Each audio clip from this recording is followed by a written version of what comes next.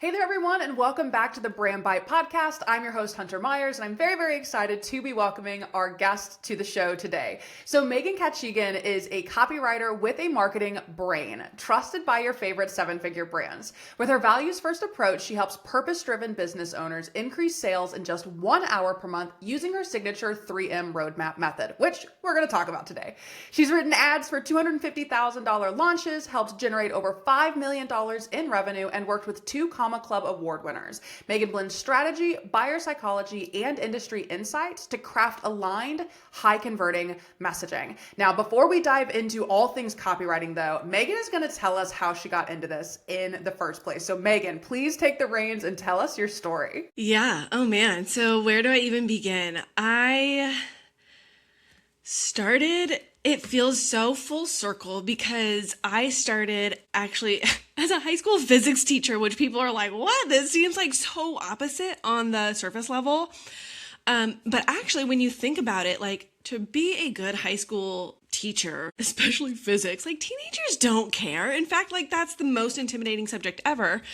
And so it was really about like connecting with them as a human. And when they knew that I cared genuinely about them, then they cared about what I cared about.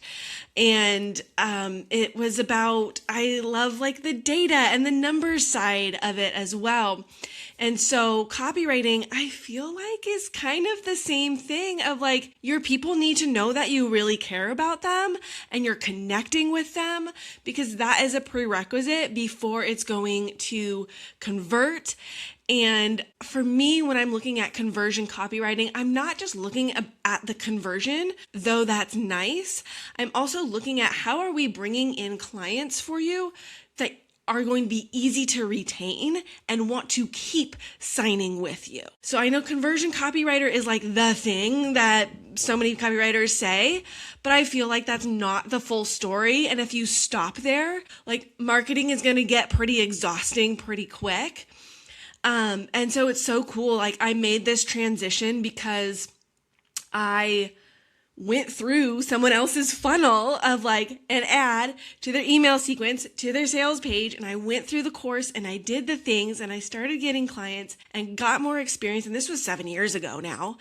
And so now I get to help build and write and strategize these funnels and customer journeys for my clients.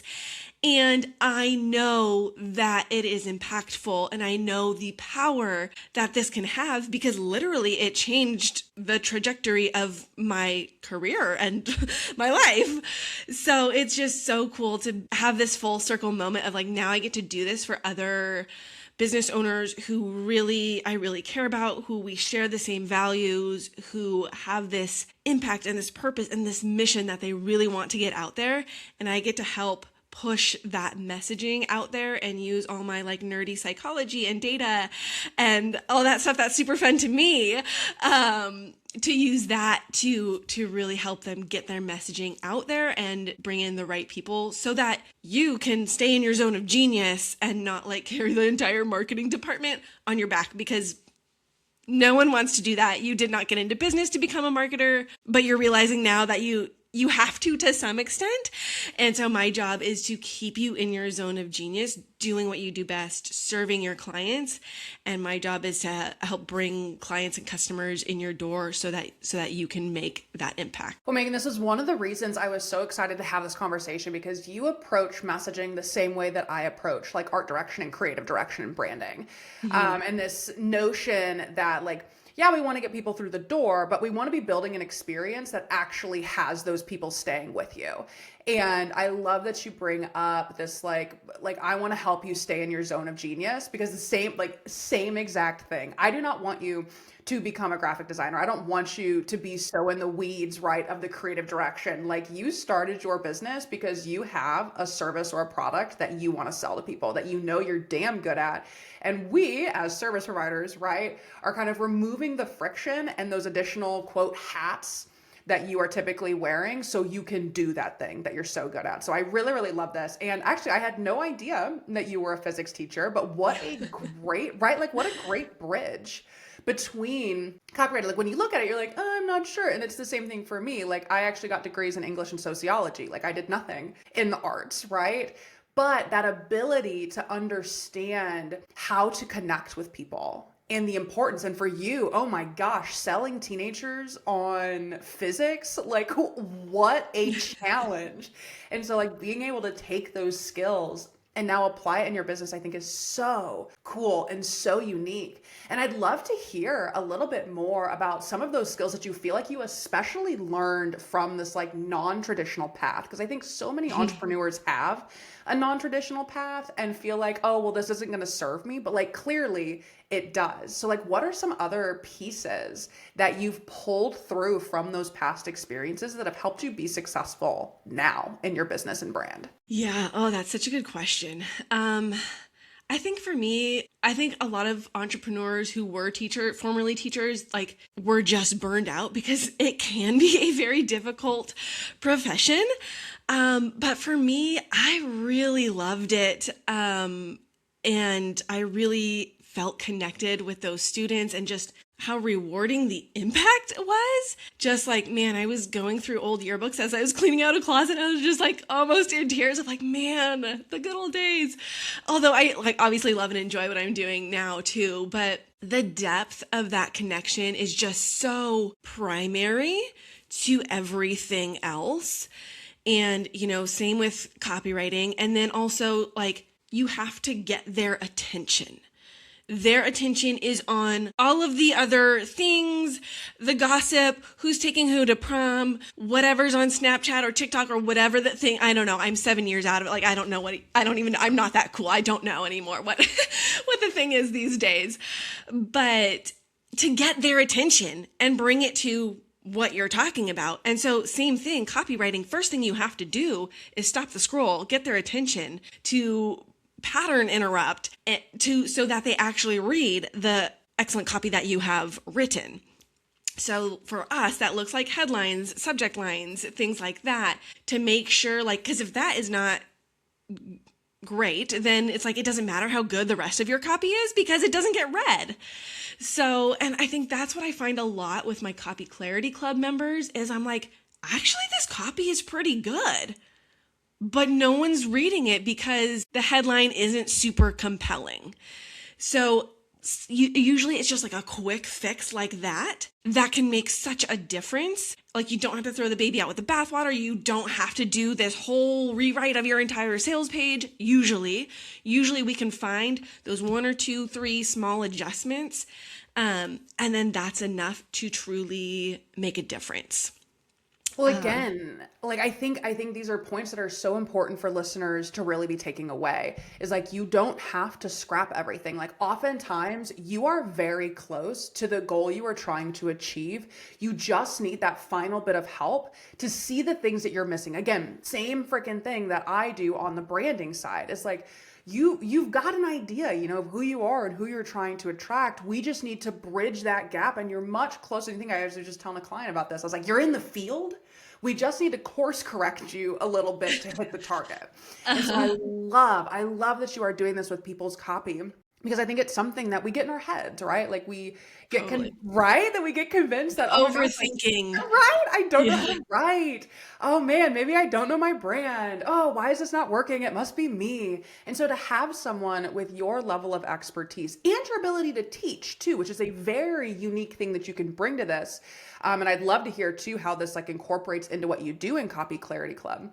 But I feel like this is such a great opportunity for people to not just have copy written for them, but learn how it actually works and the minor things that they can adjust to improve down the line? Because copy is obviously writing, but this is also storytelling, and you've got to tell stories in your brand all the time. There's stories in the selling process, there's stories in the marketing process. So I really, really love this. So circling back again to the Copy Clarity Club, tell me how, and the listeners, how you are teaching the people who are coming through there. And obviously, even before that, I guess we got to talk about what Copy Clarity Club is, everyone. I already know what it is, but I forgot. We got to tell everyone here too. So tell us first, and then how you bring in that teaching background to help these business owners. Yeah, so Copy Clarity Club is a way I get to support people who maybe aren't ready or don't want a copywriter on retainer with them yet. Maybe you still really want to write your own copy. You really enjoy the writing process, or you know the writing process just does something for you. Like it helps you kind of process your brand and where you want to go with it and process your offer. And that's great. Writing is a very powerful tool. But you want support with that because either A, your copy, you're putting it out there, but it's not converting, or it's not converting at the rate you want it to. Or you're like, I have all of these emails in a draft mode or all of these blogs in a draft, and I just can't press publish on it for some reason. And so we help you think through those and give you the strategy, and then also the confidence of like, hey, yeah, actually, this is fantastic. Like, get that out there. Your person needs to hear this. So I love that I get to be like your cheerleader and really see you and what you're doing and encourage you in that. As much as I am going to lovingly critique and give you constructive feedback on, man, I think it's just this is what I would change. And let's test that and see how that goes. That's like the one thing that you need. Like instead of you spinning your wheels, looking at this for an hour, reading it, but like not even really reading it anymore because you've read it so many times. Or like every week I'm tweaking my sales page. Is it this? Is it that? Is it? And it's like, what if an experienced copywriter could just tell you based on my experience, oh, it's definitely for sure this. You make that change and then boom, done. And you're not, especially solopreneurs, or it's like you and a VA, like it's so easy to just get in your head and like, you know, be on your little hamster wheel of overthinking in your own head. I say that because like been there too, right? Haven't we all? And so this gets you out of your head and out of the overthinking. And is this even any good? And just get that direct feedback. So that you can just do it and move on. So Copy Clarity Club, it's not a coaching call. It's not 3 general tips to XYZ. It's literally you submit your copy that you're working on, and that can be anything from a sales page, finally updating your website, redoing your welcome email sequence, writing a new sales sequence, any part of your funnel, any sort of writing you have to do for your business. I can support you with that. And that's intentional, right? I want to zoom out and look at the full customer journey before zooming in to help you write the specific part of it so that it's all coherent and connected and consistent, because that is going to matter in the bottom line of conversion as well. And I wish more copywriters would do that. And that's the marketing brain side of it that we were talking about at the beginning. So I love that the program is all completely asynchronous. You submit whatever you're working on, and then I give you direct feedback directly on that. So if it's a Google Doc, I will like make suggestions or comments directly in the document. Or if it's already a live page, I'll do a Loom video and like literally go line by line of like, love this, consider this here. Have you thought about SEO for this? And all of the things, and give you your feedback. And you have the opportunity to, 1, give me your messaging guide, so I have context going into it, and 2, tell me, hey, I want you to look at this aspect of it, or does this flow, or I really want you to look at this, or just look at it overall. You can give me like what you want specifically feedback on. Sometimes it's like, hey, just check the subject lines, give me better subject lines ideas for this email sequence. So it's really customized to you, and like, yeah, you could take a course, but it's so general, and like one of the unintended, honestly, but really cool benefits of Copy Clarity Club is like people kind of graduate out of it because they're like, I know you're going to tell me this here. And they like start to like, they see my brain, how I think about their copywriting, and then their brain starts to think that way. And it's like they just naturally become a better copywriter by being immersed in it. And you're making those direct changes and you're getting that direct feedback because we're looking at the data together. So it feels less scary if you're not like a data or numbers person. So it's been so many cool benefits and so cool to see like a lot of the ROI is like pretty quick because usually it's just like, oh, that one thing. Let's check these headlines. Let's check these subject lines, or like, oh, here's probably why in like the big picture, this is the thing. Like you're looking over here, but it's actually here is where the hole is. Let's look over here. And so it just saves you so much time from spinning your wheels. Anyways, I feel like I'm just getting so excited talking about this because clearly it lights me up, but I will stop for a moment. Make sure I answer your full question. I love how excited you get about it because I think that number one, like when people can see that and can really feel like, okay, wait a second, this is a business owner who clearly like knows what she's talking about, knows what she's doing, but is also very excited to help me. And I love that this isn't like, it's not your typical coaching program or course. Like this is a feedback engine, is the way that I look at it. And I feel that you are actually going to grow and learn the most when you are getting that feedback and in that feedback loop. It's why we do market research. It's why you should always be sending, your offers to people to get feedback. And I love that you're able to do this for copy. Because I think it's an area that like in school, right, you'd submit a paper, your teacher would go through and provide the feedback on it. Sometimes you get a chance to rewrite it.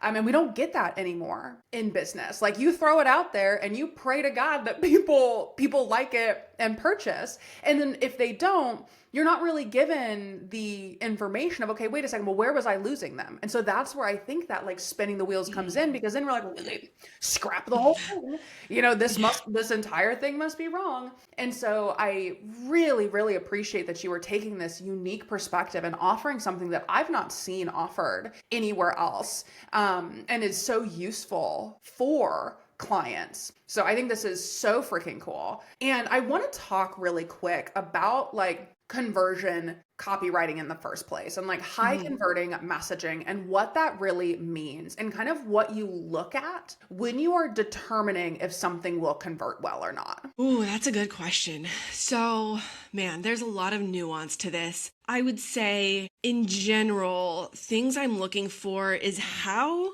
specific are you getting? That can be from something as like even like headline copy, like being more specific, like using a specific number or percent or like putting a number in it makes it convert better. Or saying, instead of saying like strategies to improve your branding, if you say like 7 simple strategies to improve your branding, by putting that specific number in there, like that will make it convert better. But not just specificity that way, but also specificity in knowing exactly who you are talking to. And I think this is difficult for so many people. I think especially for so many women and just very like people who really genuinely care. Because we don't want to like leave anybody out who we could help. We could help everybody. And that's such a common thing that I hear. But I want to just flip the script a little bit, because good copywriting, messaging that's going to convert, is the stuff that makes your reader stop scrolling and be like, wait, that's me. Like, I've said that before. I've written that in my journal. I just voxered that to my business bestie. Like, how did they know? And when you're trying to help everyone, the messaging is just too broad. And that's what makes it sound like ChatGPT-ish. It's just vague. It could be any copywriter. It could be any health coach. It could be any, fill in the blank. So I know you don't want to exclude people that you could be helping, but actually you'll end up helping less people, because generic messaging, it's easy to ignore. It's easy to just scroll right past. But if you write specifically to one person and speak to their emotions and tell a story where there's like, oh my gosh, your story is my story, that is what cuts through the noise. And as we know, there is more noise than ever out there these days, because content is so much easier to produce with the new tools that we have out there. So getting super clear on who that ideal client is so that you can talk directly to that person in your marketing. So like, my ideal client is a female entrepreneur is not enough. You know, that's something we This too. I tell people this all the time. Like, yo, you got to figure out your type. And if you're just going to the bar and being like, I like people with blonde hair and blue eyes, like, how many people with blonde hair and blue eyes in that bar are not the right fit for you? So, right. yes. Yeah. And this is where my podcast is called Values First Marketing. And it's because you really need to lead with your values. That is one of the ways that you differentiate yourself and really connect with the people who you are meant to connect with, the people that you are best positioned to help. And it also repels the wrong fit people who are actually probably going to be a headache if they become your client. And it really attracts the people who are just going to be your long-term loyal listeners, fans, buyers who want whatever you put out there. Like that is what we want. And that is me as a copywriter, not just thinking about conversion, but also client retention after they have converted. Yes. And again, the client retention strategies are so important. Like, everybody listening, make sure you're paying attention to this. Like, you will not only save yourself so much headache with client retention, but you will actually wind up saving a lot more money as well. It is so much more expensive to acquire new customers in time and energy, and money in general, than it is to retain them. And so when you can build a strategy around how are we going to not just get people in the door, but keep them coming back over and over again and increase that customer lifetime value, I promise you, your business is going to be a lot more sustainable. You are going to be burnt out a hell of a lot less. Like, it's going to get easier. Now, Megan, I want to talk about, because I know in your bio, you talk about this 3M roadmap method. Mm-hmm. And I want people to hear this method because I think, number one, I'm like a frameworks person. Like, give me an example. Let me see how this works. And I was checking out your website and reading a bit about it, but I want the listeners to really get a feel for what this 3M roadmap is. Yeah, great question. So this is the framework and the lens that I look at all of my client work through, because it's more comprehensive than just writing the copy. It can't be siloed like that. So 3M stands for messaging, mapping, and marketing. Those are the 3 M's. So let me break down what each of those mean. So messaging is the foundation. Before we can write any words, we have to know, what is your overarching message? What do you really want to be known for? Things like that. And I have a messaging clarity journal that helps you if you're like, I don't know, or if you're just in that doubt spiral, because you do know. And I feel like that just has to come out from deep inside of you first. I can't tell you what your messaging is. I can only help pull it out of you. And so the messaging journal helps start that process.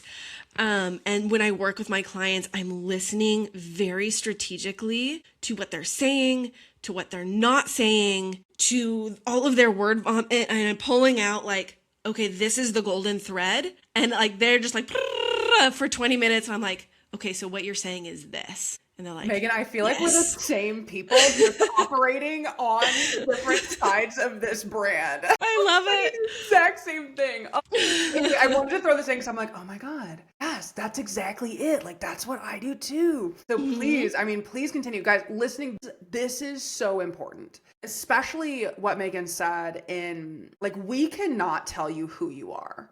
You know who you are. We can help you refine that. You've got, what was it? It's you're a piece of limestone, right? And we're just helping you chisel away. You're in there, okay? Mm-hmm. But working with someone who can pull those common threads out is going to help you see so much that you couldn't see. It's like the forest through the trees. I feel like I've been saying this so much lately, but you miss so much when you're in the trenches. And so hiring an expert like Megan to help with the copywriting and help you see this messaging, or someone like me to help you see the visual side of things, is so crucial if you want to really catapult your brand and business forward. So anyways, Megan, please continue with the next M's, but I was like, we gotta pause. We gotta talk about this. Yes. Yeah, because a lot of my clients say I knew that in the back of my head somewhere, but I've never articulated it before. Yes. Or oh, you said that better than I would have ever said it, but yes, it's exactly that.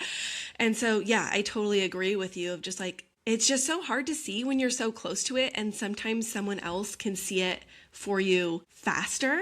And we can just get all your mindset trash out of the way too. Yeah. It's like the way I see you versus sometimes the way you see yourself when you're in imposter syndrome. It's like we're seeing two totally different people. My clients are like, wow, you make me sound so cool. And I'm just like, but you are like, do you see what you're doing? Like, this is so cool.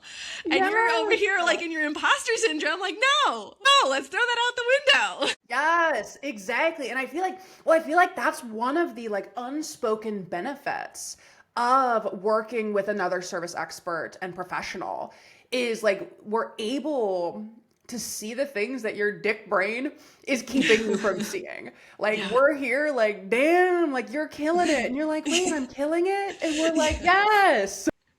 Yes. Believe in yourself the way we believe in you. Yes. Yes. Anyways, please continue. Like this is so good. One of my favorite parts of the job for sure. I'm so glad that you get that experience too. So, okay, yeah. So there you go. That is your messaging. That is the first M of the 3M roadmap. And then we go into mapping. So I think a lot of them, what we see out there is like people trying to put you into this cookie cutter little box of like, this is what worked for me and it got me these results.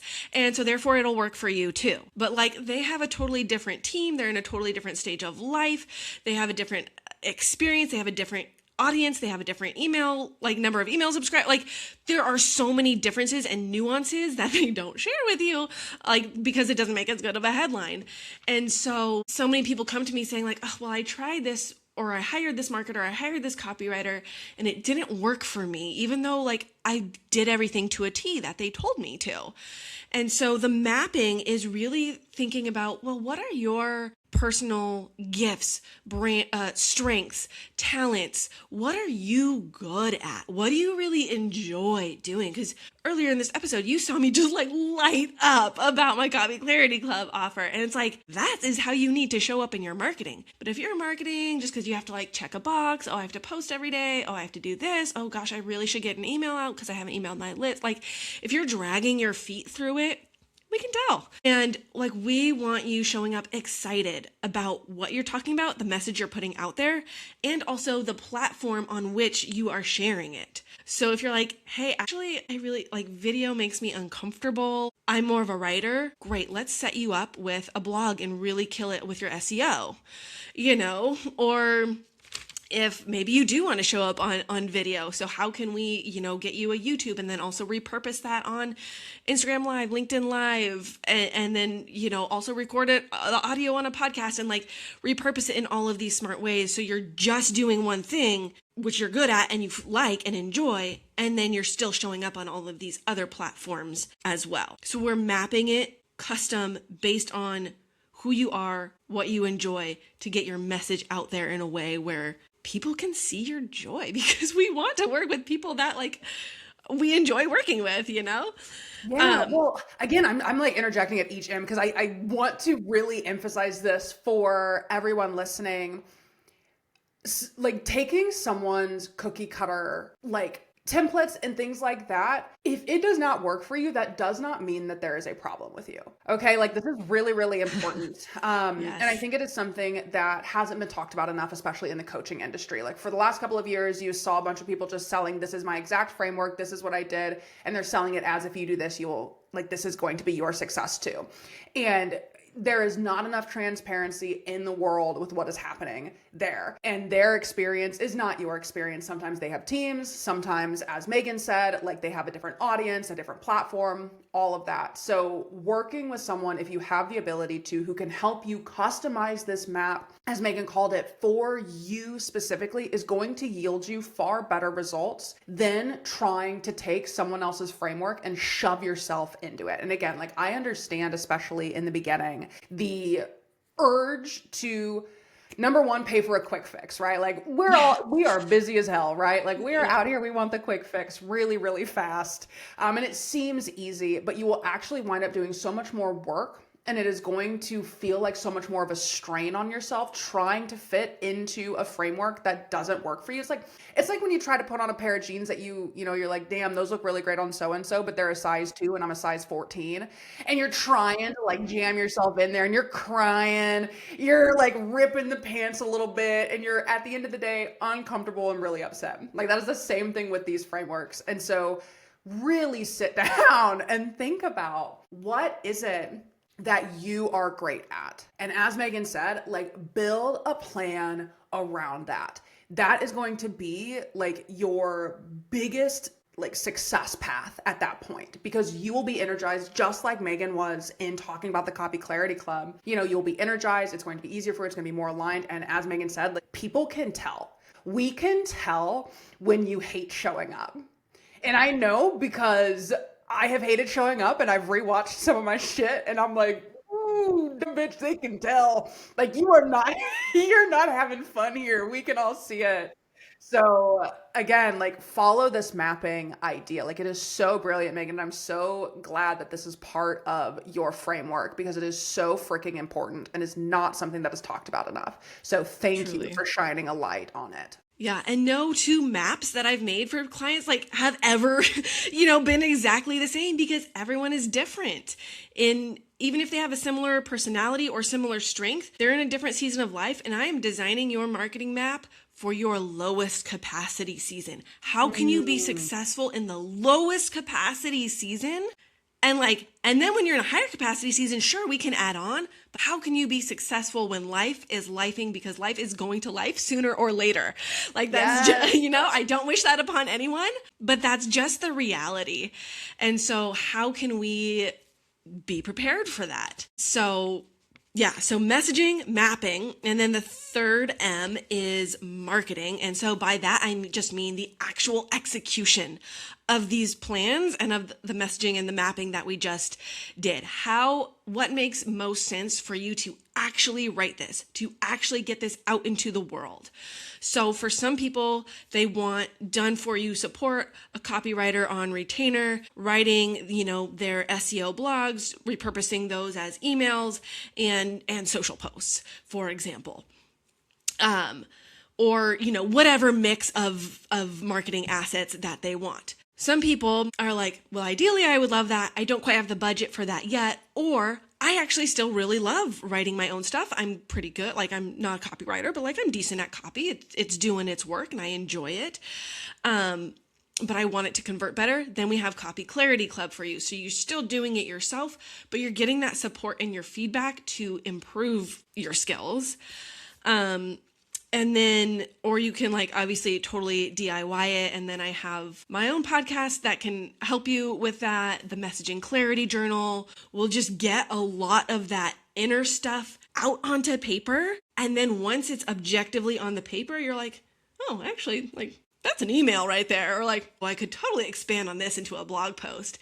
And it's almost written or outlined already for you from those journaling prompts that I give. So there's so many different levels of support to fit your needs, your capacity, your budget, your desires, what you want to do right now. Yes. Well, I'm really curious because I see this a little bit sometimes with my clients, where do you feel that many of the people who you see that are maybe struggling a bit are jumping to one specific M? Do you feel like they're skipping steps, or do you feel it's just they don't have the clarity in the steps prior to what they're doing? I feel like for me, my people just sometimes dive right in. I'm like, yo, whoa, slow down,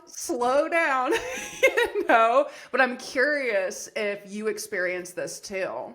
Yeah. I think a lot of people want to just jump to the marketing execution. Mm-hmm. They're just slapping a post up there to see how it resonates, or sending an email out last minute because they should, heavy air quotes there, yep. Be emailing their list, at least once a week or whatever, so-and-so business coach told them to do. And again, does that fit you, your season, your business for right now? So I feel like I could always go back and do more in-depth messaging. A lot of people will either not have a messaging guide, or they're like, oh yeah, but it's a one pager that they did X number of years ago, with their first business coach. And but it doesn't really fit me anymore. Or it's just like, okay, like this wasn't just like a fun exercise. Like my messaging guide is something I refer back to like anytime I am producing content, and my messaging guides that I do for myself and also for my clients, I would say minimum of 50 pages, on average 70 to 80 pages of a Google Doc, upwards of 100 pages, like super in depth on your brand, your voice, and your ideal client, and all of the good nerdy psychology behind all of that, the pain points, the desires, how we want to speak to them, how they want to be spoken to, how they perceive themselves, what they absolutely dread, what their dream day looks like all of these things. There's so much depth and richness to really going through your messaging in depth. And like, that is what I would like. We need that just totally nailed down first before we move on to the next step. And like, yeah, putting stuff out there, you can get some data, and it's not like terrible, but I think too much throwing spaghetti at the wall can be dangerous, because then it's like, so what are they about? Yeah, last week they were talking about this, last month they were talking about that, tomorrow they're talking about, like, it's just, it can feel so scattered and it can confuse your audience. And so I think on the flip side, other people feel like, gosh, I'm saying the same thing all the dang time. And it's like, good. So you're becoming known for something. Mm-hmm. And again, former high school physics teacher, I could say the same thing a bajillion times and they will still miss it on the test. Anyone with kids, parents, you feel the same way. You have told your kid that one thing a kabillion times and it's still like is not. It's going one in one ear and out the other. So could be the same thing for your ideal clients. Repetition matters here, and it's a good thing. People need to hear your message a number of times and in a number of different ways, because it's going to stick in everyone's brain differently, because we all have different experiences and are coming from different places. So repetition is a good thing. That's literally how you remember things. And if you want to be remembered, if you want to be known, you need to know first of all, well, what do you want to be known for?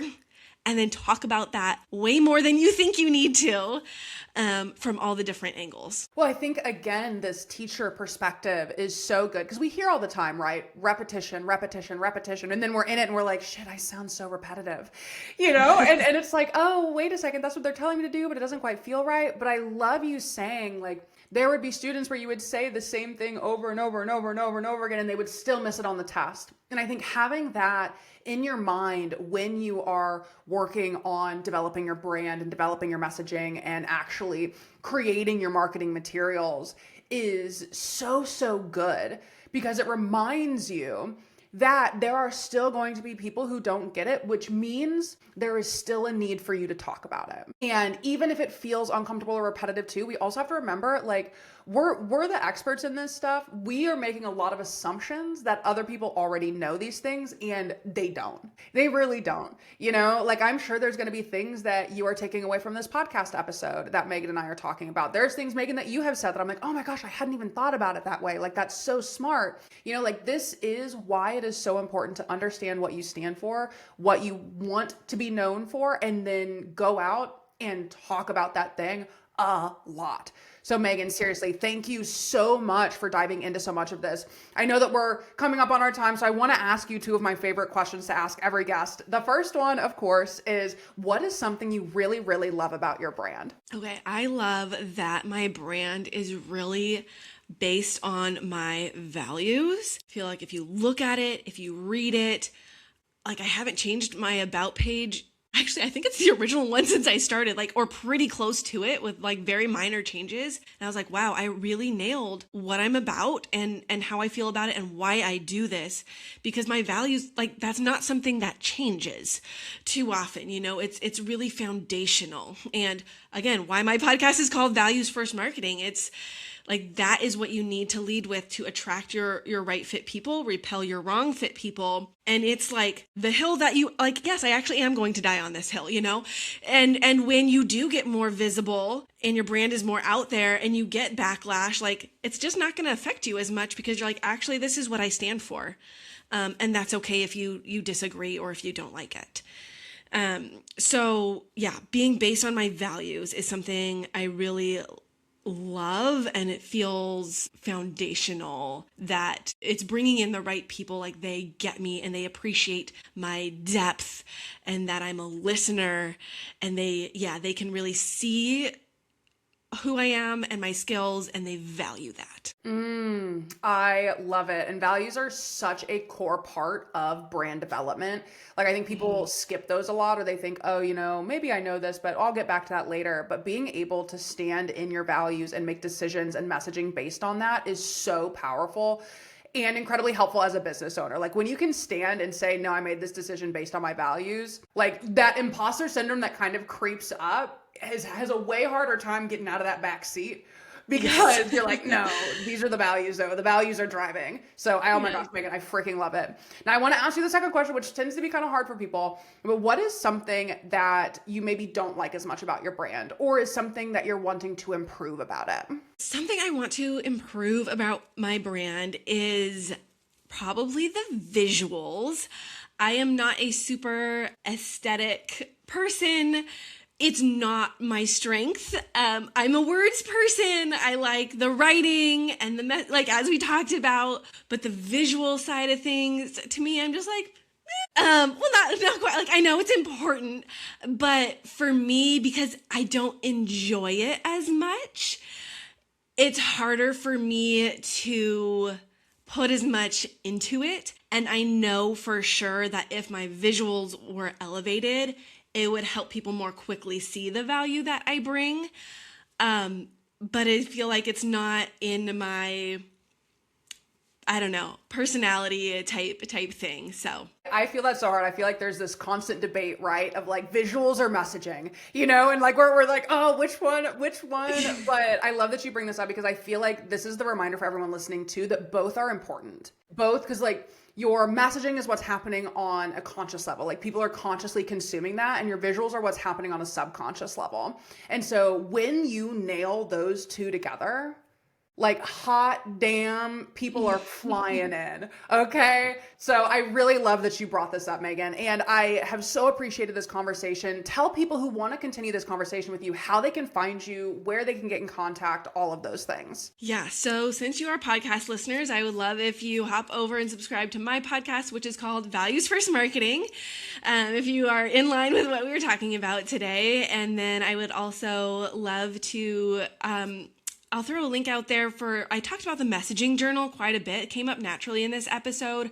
So I'd love to offer a discount code to your listeners. It's going to be code journal7. We'll put that in the show notes for my messaging clarity journal. And if you want to connect on social, LinkedIn, or Threads, I'm really loving Threads lately, would be great places to find me. And that's just at Megan Kachigan. Awesome. And as Megan said, all of that information is going to be in the show notes for you guys. Thank you so much, Megan, for coming on and talking about this. This was great. Listeners, go connect, get that journal. We're going to add the discount code there for you, and start working on your messaging.